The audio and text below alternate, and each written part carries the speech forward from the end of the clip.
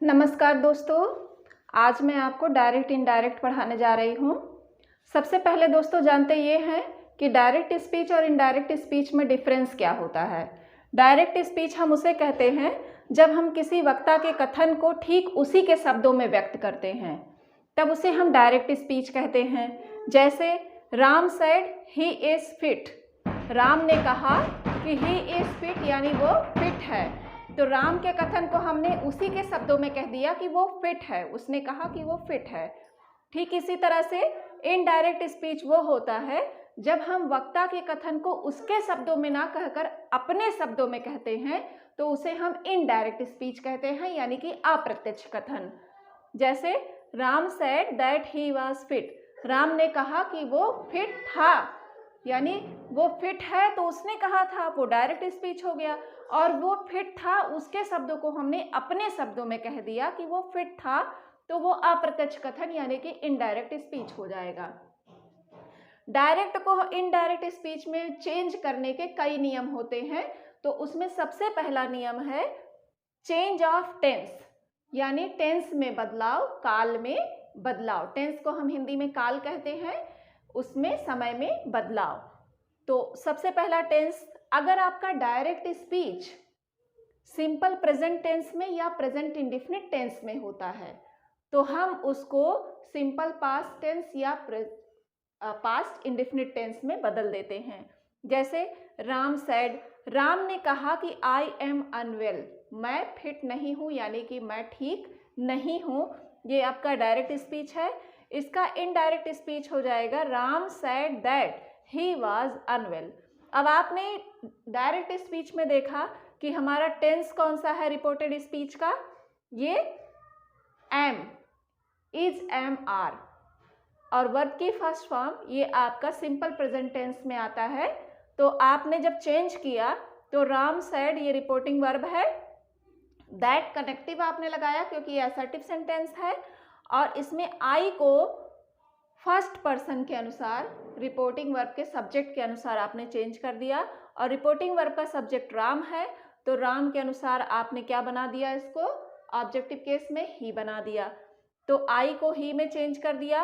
Ram said that he was unwell, was क्या है, past indefinite tense का आपका वर्ब है। अनवेल ये आपका कॉम्प्लीमेंट हो गया, तो हो जाएगा आपका Ram said that he was unwell.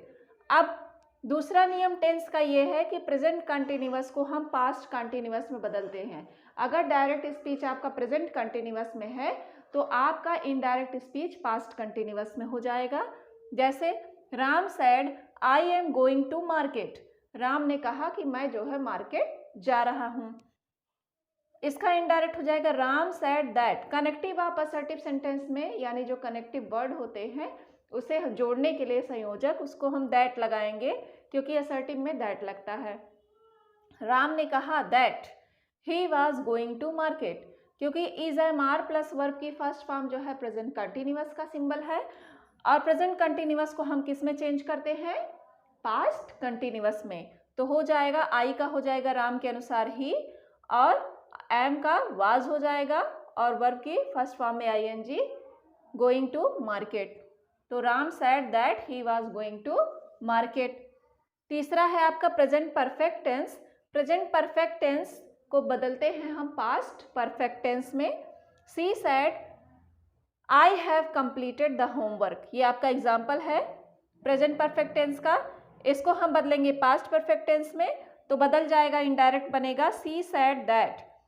आई का हो जाएगा सी के अनुसार सी हो जाएगा, और हैव का हो जाएगा हैड, और वर्ब की third form plus object.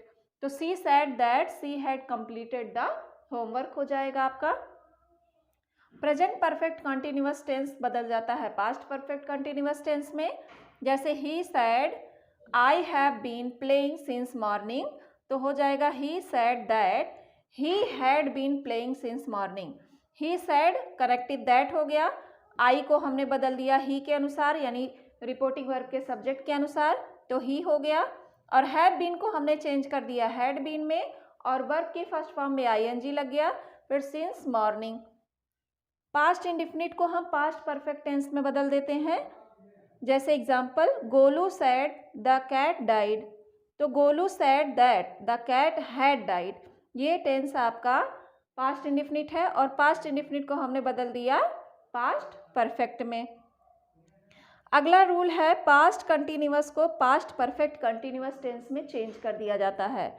He said boys were playing in this morning, तो इसका हो जाएगा he said that boys had been playing in the morning. अगला आपको कुछ एक्सेप्शंस बता रहे हैं।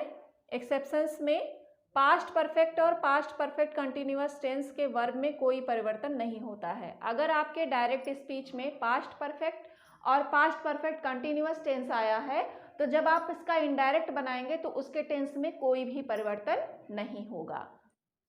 नोट, कुछ आपके एक्सेप्शंस है यानी अपवाद हैं जिसपे ये टेंस के रूल कोई फॉलो नहीं करते हैं, यानी अगर ये सारी चीज़ें आपके डायरेक्ट स्पीच में आ जाती हैं तो इनडायरेक्ट स्पीच आप चेंज करते समय टेंस में कोई भी बदलाव नहीं करेंगे।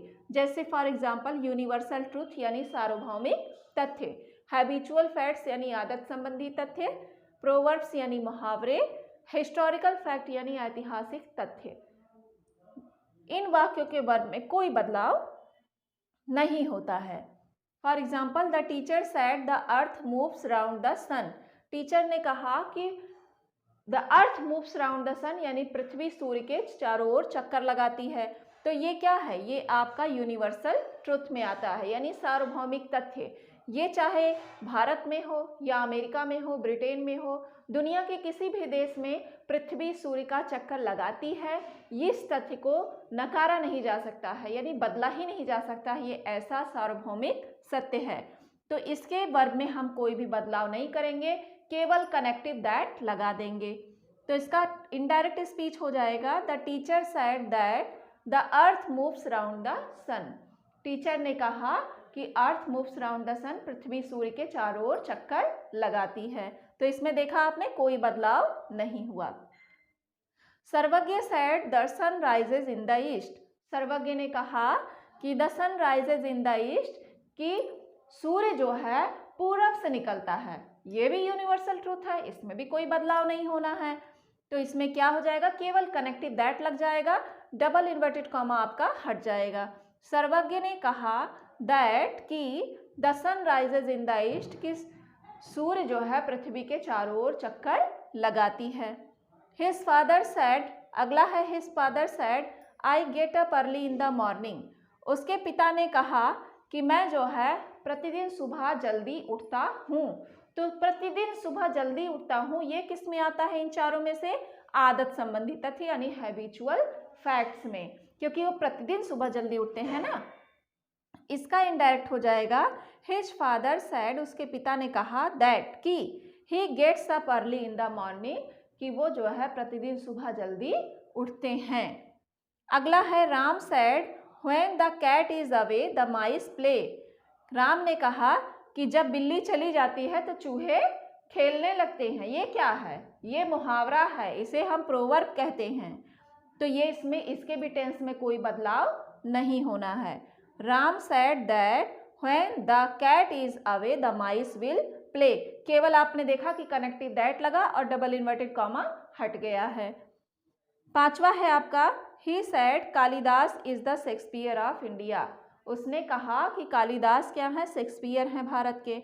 ये क्या है, ये एक हिस्टोरिकल फैक्ट है यानी ऐतिहासिक तथ्य है कि कालिदास को भारत का शेक्सपियर कहा जाता है। इसको हम नकार नहीं सकते हैं क्योंकि ये भी हिस्टोरिकल फैक्ट है। ही सेड दैट, इसमें केवल कनेक्टिव दैट लगा और से Kalidas is the Shakespeare of India, double inverted comma हट गया है।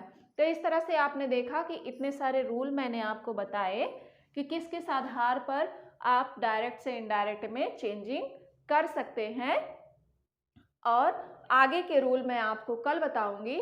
अगर दोस्तों आपको मेरी वीडियो पसंद आई हो तो आप लाइक करिएगा, सब्सक्राइब करिएगा। ग्रामर की स्पेशल क्लास हम चलाएंगे और बाकी भी हम देखते रहेंगे, आपकी जैसे डिमांड रहेगी वैसे क्लासेस चलाई जाएंगी। धन्यवाद दोस्तों।